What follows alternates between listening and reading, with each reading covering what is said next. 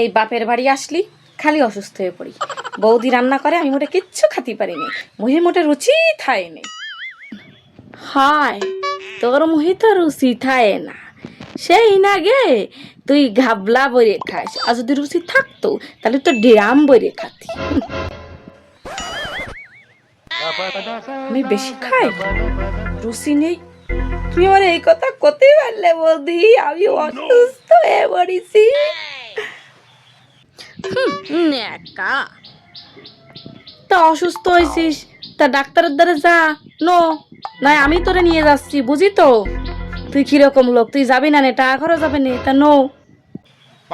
না আমি ডাক্তারের দ্বারে যাব না, কারণ তুমি আমারে উল্টো পাল্টা কথা কইছো। আমি ভীষণ মাইন্ড করেছি, আমি ভীষণ রাগ করেছি,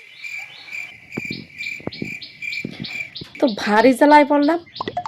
তুই যদি ডাক্তার দ্বারা না যাস তাহলে তো তুই ড্রাম ভরে খাতেই পারবি না নে, আমি তো সব খেয়ে ফেলা বানি নো।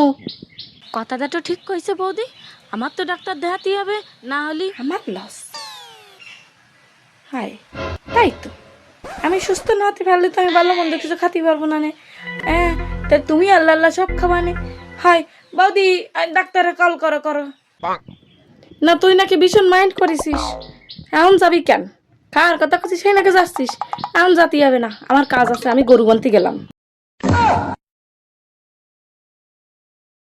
না না না না না, রাগ করিনি রাগ করিনি, তুমি কল করো, ডাক্তাররা কল করো, আমি যাবো, এক্ষুনি যাবো, রেডি হচ্ছি। না তুমি কল করো। ঢং যত সব। আমি তো জানি কোন কথায় কাজ হবে।